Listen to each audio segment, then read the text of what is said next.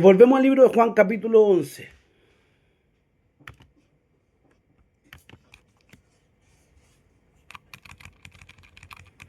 Versículo 52.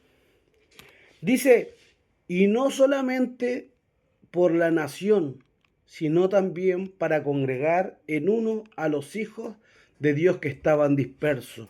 Así que desde aquel día acordaron matarle. ¿Qué es lo que dice ahí?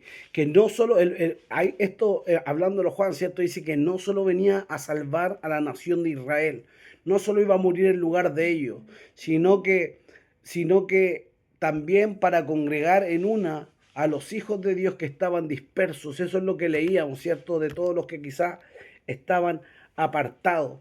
Hebreos capítulo 9, versículo 11. Anótelo ahí, yo lo leo. Dice, pero estando ya presente Cristo, sumo sacerdote de los bienes venideros, por el más amplio y más perfecto tabernáculo, no hecho a mano, no hecho de manos, es decir, no hecho de esta creación, y no por sangre de machos cabríos ni de becerro, sino por su propia sangre, entró una vez para siempre en el lugar santísimo, habiendo obtenido eterna redención. Porque si la sangre de los toros y de los machos cabríos y la ceniza de la becerra rociadas a los inmundos santifican para la purificación de la carne, cuanto más la sangre de Cristo, el cual mediante el Espíritu eterno se ofreció a sí mismo sin mancha a Dios, limpiará vuestras conciencias de obras muertas para que sirváis al Dios vivo. Así que por eso es mediador de un nuevo pacto, para que interviniendo muerte para la remisión de las transgresiones que había bajo el primer pacto, los llamados reciban la promesa de la herencia eterna. Aquí está hablando del sacerdocio, ¿cierto? Y está hablando en sí del sumo sacerdote, de lo que hablábamos delante. El sumo sacerdote sacrificaba, ¿cierto?, la sangre de los machos cabríos, de los becerros, de los toros, ¿cierto? Y con esto entraba al lugar santísimo. Y primero tenía que rociar, ¿cierto?, la sangre sobre sí y sobre el lugar por sus pecados, y luego salir y rociar la sangre, ¿cierto?, de los toros, las cenizas, ¿cierto?, del holocausto sobre el pueblo, ¿cierto? Y habla de que esta sangre de animales y esta ceniza echado sobre lo inmundo, ¿cierto?, rociado sobre lo inmundo, y esto eran santificados. Eso es lo que dice, que cuando el sumo sacerdote tiraba la sangre sobre el pueblo y tiraba las cenizas del sacrificio, ellos a través de eso eran limpiados, eran justificados. En lo que habla dice, cuánto más la sangre de nuestro Mesías, cuánto más la sangre de Jesucristo, cuánto más la sangre, ¿cierto?, del Mesías, iba a limpiarnos de nuestra mala conciencia, de nuestras transgresiones, e iba a hacer un pacto con nosotros, un pacto de redención, a través del tomar nuestro lugar, a través del hacernos volver, ¿cierto?, como hijos de Dios, que antes, aunque antes estuvimos dispersos, aunque antes estuvimos separados, a través de su sacrificio pudimos ser aceptados, ¿cierto?, para Dios. Por eso dice el Evangelio capítulo 1, dice, y a los que le recibieron, a los que creen en su nombre, les dio autoridad de ser llamados hijos de Dios. Juan capítulo 11, versículo 53 dice, así que desde aquel día acordaron matarle. Desde ese día, cuando se reúne el concilio, determinan matar a un hombre antes que toda la nación muriera. Desde ese día ellos acuerdan la muerte de Jesús. Desde ese día se disponen, ¿cierto? Ya no había nada, como diríamos nosotros, no había nada que hacer, ya estaba determinado, ya estaban decididos a matar y a crucificar a Jesús, ¿cierto? A exponerlo a muerte. Versículo 54 dice, por tanto Jesús ya no andaba abiertamente entre los judíos, sino que se alejó de allí a la región contigua, al desierto, a una ciudad llamada Efraín, y se quedó allí con sus discípulos. Mientras ellos querían perseguirlo, mientras ellos ya habían resuelto, ¿cierto?, de matarlo, Jesús se apartó y se fue quedando, ¿cierto?, en esta región desierta, como más sola con los discípulos. Versículo 55 dice, y estaba cerca la Pascua de los judíos, y muchos subieron de aquella región a Jerusalén antes de la Pascua para purificarse, y buscaban a Jesús. Y estando ellos en el templo, se preguntaban unos a otros, ¿qué os parece? ¿No vendrá la fiesta? Y los principales sacerdotes y los fariseos habían dado orden de que si alguno supiese dónde estaba, lo manifestase para que le prendiese. Entonces dice que desde ese día Jesús empezó a estar aislado con sus discípulos, estar ahí solo, estar, cierto, más en secreto, porque él conocía los planes que tenían estos religiosos, que era apresarlo, que era quizá quitarle la vida, y él aún tenía cosas por hacer, así que él empezó a estar ahí de manera más privada, y dice que llegó la fiesta de la Pascua. Nosotros compartimos acerca de eso, ¿cierto? Cuando Jesús celebra la Pascua. De hecho, como decimos, ya quedan pocos días o pocos versículos, pocos capítulos para poder llegar a cuando Jesús celebra la Pascua con sus discípulos. Y ya eso empieza el tiempo de la pasión del Mesías o la pasión del Cristo. Es tremendo, dice que ellos le buscaban, ¿cierto? Estaban ahí, se preguntaban. Era quizá el motivo de cada conversación, la obra de Jesús. Todo Israel, todo Jerusalén, toda esta nación había sido, cierto, sacudida por la venida del Mesías. Y aunque los religiosos querían quizás quitarlo, aunque los religiosos querían impedir que la fama de Jesús siguiera, cierto, difundiéndose o creciendo, sus milagros, la obra, todo lo que Jesús había hecho y la gloria de Dios a través de él, cierto, no podían contenerse, cierto, muchos se sorprendían y muchos quedaron atónitos en el milagro que Dios hizo, que Jesús hizo, cierto, en este capítulo, el levantar a Lázaro. Fue un tremendo, cierto, un tremendo milagro que aunque quizás los fariseos, los religiosos habían dispuesto a matar a Jesús, su fama seguiría corriendo porque las obras, los milagros, las señales hablaban por él.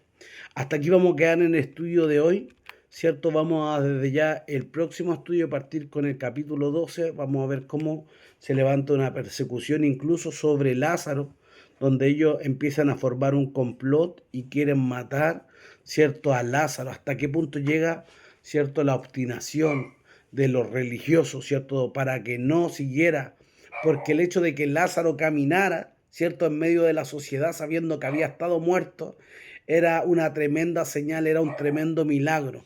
Por lo tanto, ellos querían frenar eso y para eso aún querían matar a Lázaro, ¿cierto? Tremendo lo que ocurre, ¿cierto? Tremendo lo que pasa y tremendo igual como Dios cumple su propósito.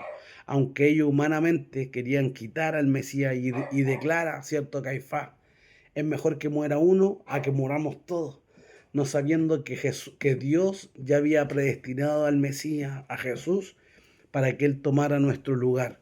Y lo más tremendo es que no solo para que Él salvara, redimiera a Israel, sino que nos salvara a todos nosotros y nos hiciera parte de su pueblo, de su iglesia, nos hiciera hijos de Dios a través de sus sacrificios, no por obra de justicia, sino por la fe que hemos puesto en Él. Así que ese es el estudio de hoy. Vamos a dejar abiertos los micrófonos por si quieren compartir algo, ¿cierto? Estos últimos minutos que nos quedan. Así que vamos a abrir ahí los micrófonos para que puedan compartir un momentito.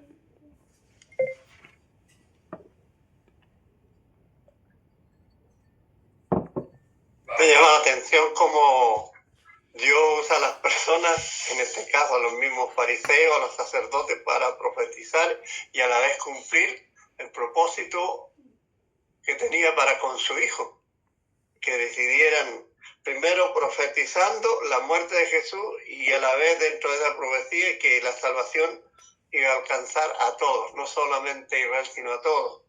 Y lo otro es que independientemente que quisieran matarlo, aunque desde ese instante se planeó la muerte, todo tenía un tiempo y no se podía transgredir.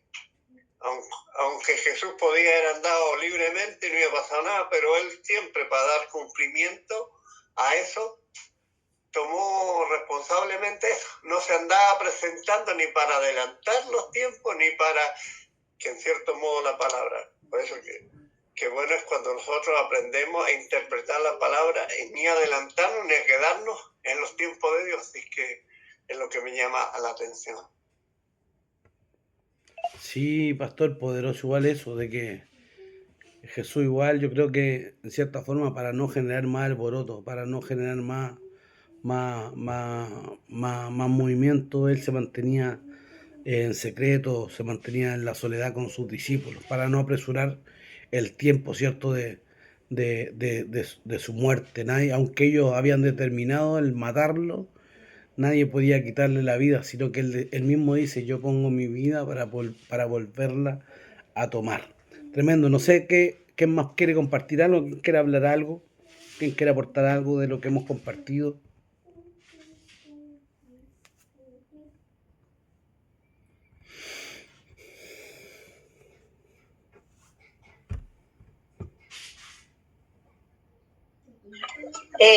Yo creo que un poco colgarme de lo que decía el pastor, porque a la vez habla de la prudencia que Jesús fue teniendo y cumpliendo de acuerdo a los tiempos que se tenían que ir dando las cosas para que se cumpliera lo que Dios tenía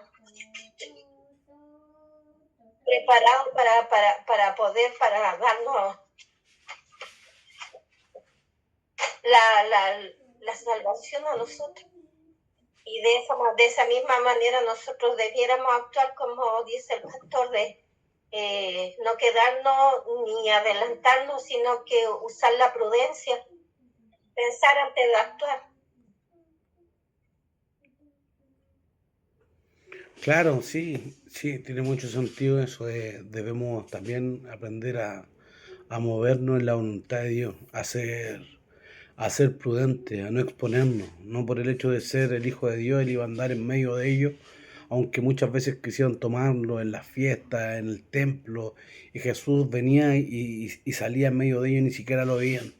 Pero igual nosotros a veces no exponernos más de la cuenta, también guardar prudencia, eso, no porque seamos hijos de Dios, quizás vamos a ser inmunes a ciertas situaciones.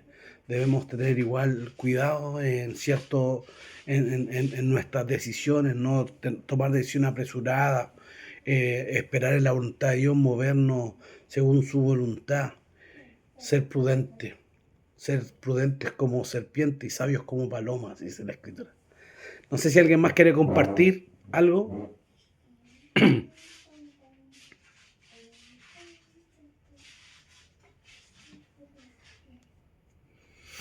Si no es así, vamos a orar, vamos a darle gracias al Señor por el estudio de hoy.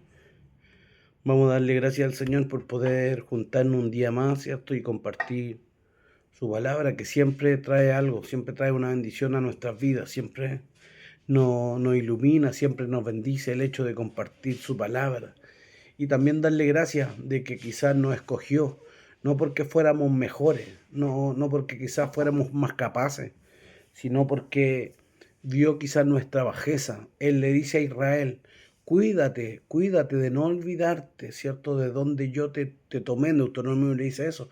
Y cuando te introduzca en la tierra buena, en la tierra de la abundancia, en la tierra de la bendición, cuando ya no comas el pan con escasez, sino que estés bendecido, cuídate de no olvidarte de que Dios te escogió, no porque era mejor ni mayor que todos los pueblos, sino porque era el menor de todos, sino porque era el más débil, sino porque era el más pequeño. Entonces también nosotros eso, aunque Dios nos bendiga, aunque Dios nos use, aunque Dios nos prospere, aunque Dios nos ayude, no olvidarnos de que todo es por su gracia, todo es por su misericordia. Si hoy día somos hijos de Dios, o no alcanzados y no bendecidos, es solamente porque Él tuvo misericordia y conoció nuestra bajeza, nos miró con misericordia, los que éramos considerados para otro inmundo, cierto Goyín, inmundo para ellos, Él nos consideró, cierto, su especial tesoro y entregó su vida por nosotros. Tremendo, vamos a orar. Vamos a pedir a nuestra hermana Berito que nos envíe en bendición, que dé gracias por el estudio de hoy, para que nos vamos bendecidos y podamos terminar el estudio. Amén. Amado Señor, en el nombre de Jesús, agradecemos, Padre, por estar reunidos aquí para aprender más de ti, aprender y darnos cuenta, Señor, cuánto usted tuvo que vivir y pasar para poder darnos libertad, Señor, y poder tener nosotros ese libre albedrío de elegir, Padre. Y le agradezco, Señor, porque hemos elegido estar bajo sus pies. Hemos elegido, Señor, poder aprender de usted y poder, Señor, enderezar nuestra vida, enderezar nuestros pasos y tratar de ser mejores cada día. Padre mío, yo le pido en esta tarde, en esta noche, que bendiga a cada uno de mis hermanos que están conectados en esta noche. Le pido, Señor, que bendiga a su familia, a sus hijos, nietos, Señor. Le pido que bendiga sus amistades, Padre mío, y que alcance la bendición a ellos también en algún momento. Señor, le pido que sea usted con nosotros en esta noche, nos lleve a un buen descanso y reflexionemos en la palabra, Señor, y podamos cada día estar más cerca suyo y no alejarnos. Y siempre, Señor, sobre nuestras tristezas, sobre nuestros problemas, triunfe la paz que usted nos da. Gracias, Señor, por todo, en el nombre de Cristo Jesús. Amén. Amén, Jesús. Amén. Amén, que Dios le bendiga mucho, ¿cierto? Nos vemos el domingo y Dios nos bendiga y nos podemos juntar el otro jueves de nuevo a estudiar la Escritura. Dios le bendiga Que mucho. tengan un buen fin de semana, un viernes. No un viernes santo, sino Viernes santo. y cuídense de los temporales. Dios le bendiga a todos. Chao, Padre, Dios te bendiga. Chao, mamita, Dios te bendiga. Chao, manito Vera. Chao, Bendiciones. hermano Felipe. Dios le bendiga mucho. Chau, chau, chau, chau. Chau, chau, chau, chau.